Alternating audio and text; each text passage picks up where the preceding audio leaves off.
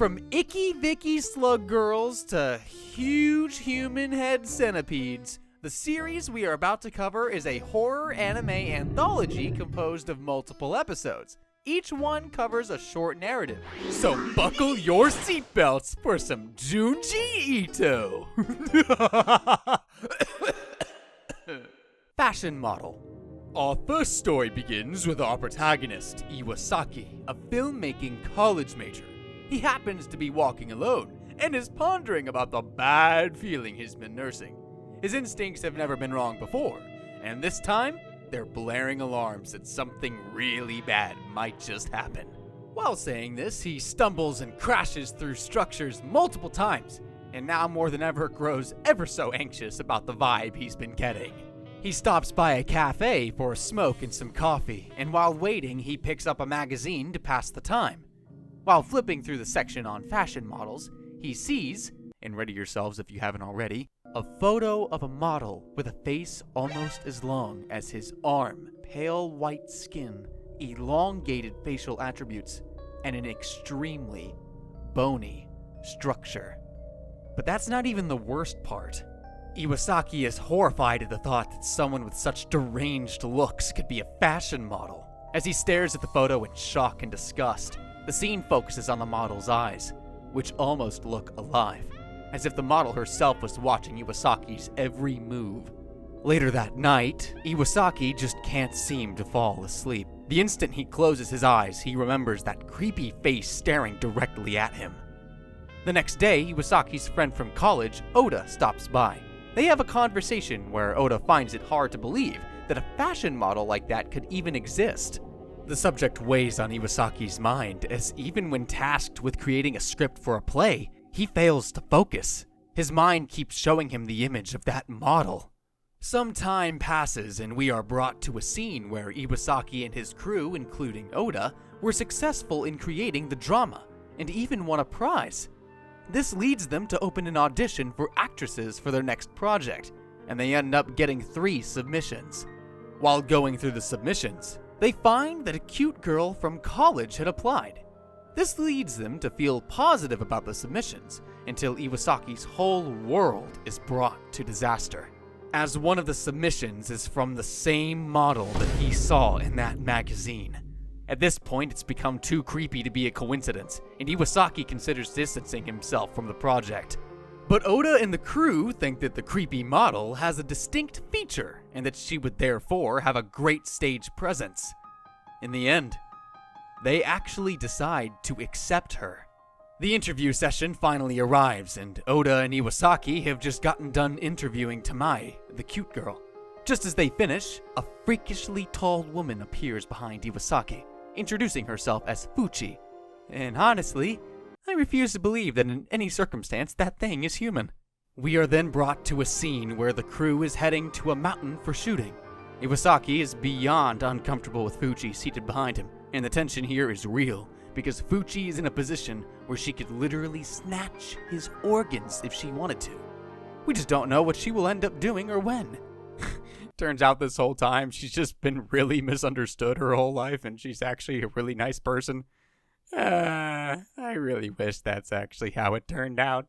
Over a short conversation, Miyake cracks a small joke about their movie being a horror movie, prompting everyone to laugh.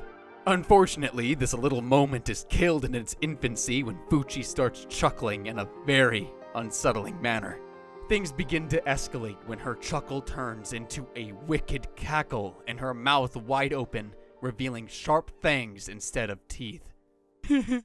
At this point, I'm very surprised no one tried to choke or stab this woman. After reaching the spot, Iwasaki brings up the fact that Fuchi had literal fangs, and that something definitely isn't right. However, the crew is hell-bent on finishing their shoot. As they start filming Tamai's scenes, Fuchi doesn't take her eyes off Iwasaki for even a moment, causing him to get up and leave as he walks deeper into the woods. He walks for a bit and stops before turning and then realizing that Fuchi had followed him this whole time, else he's practically staring at him with murderous intent. Iwasaki, without a second thought, bolts away, and good lord does this woman chase him in the most disturbing way possible! He manages to get back safely and tells his crew that they should leave immediately before Fuji gets back. But they disagree, and Fuji returns before they can come to a solid conclusion. The crew shoots the rest of Tamae's scenes, and Fuji intervenes to complain to Oda about how they haven't shot hers yet, leading Miyake and Tamae to shoot Fuji while Iwasaki, this ponytail dude, and Oda goes somewhere else. Iwasaki still urges the two that they should leave, but during their conversation, Miyake comes running in panic and tells them that Fuji was feasting on Tamae's body. They obviously don't believe him.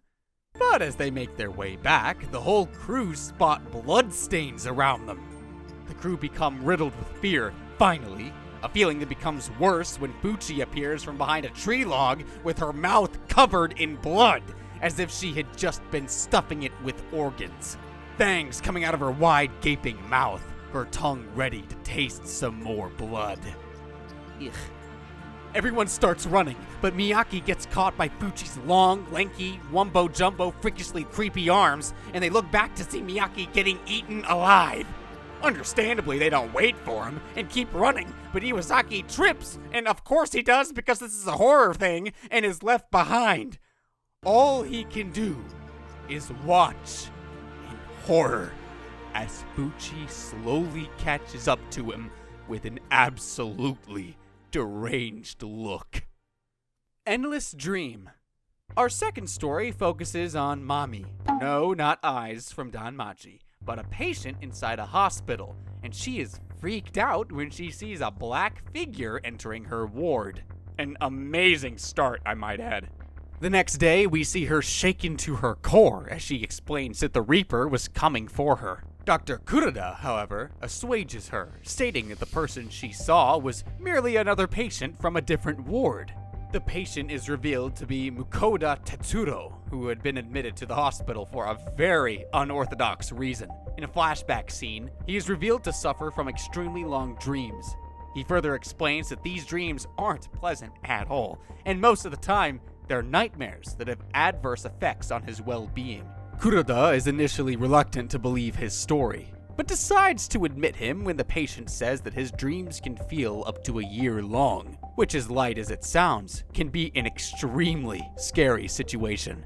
Upon examining, Kuroda notices that Tetsuro has unusual body and rapid eye movement during his sleep, and he concludes that Tetsuro wasn't lying after all. His dreams really were long. You know who else was really long? Sorry, I couldn't help myself. The next couple of sequences aren't too important, except for where Tetsuro explains that he needs to be cured fast, or else his dreams are going to get longer each night, and someday, they might even last up to hundreds of years. Unfortunately, the cure has yet to be found, and we see that the dreams cause Tetsuro's body to deteriorate. Extreme hair loss, malnutrition, mutation of body structure, and the decay of his skin. Tetsuro wakes up in terrible condition and yearns for Mami. Ooh, I can't say that. Oh, you know what that sounds like? And yearns for Mami. Stop, don't say that. And yearns for Mami, calling her his wife. As he rushes to Mami's ward, he ends up scarring Mami again, so much so that Kuroda says that he has never seen someone so afraid of death before.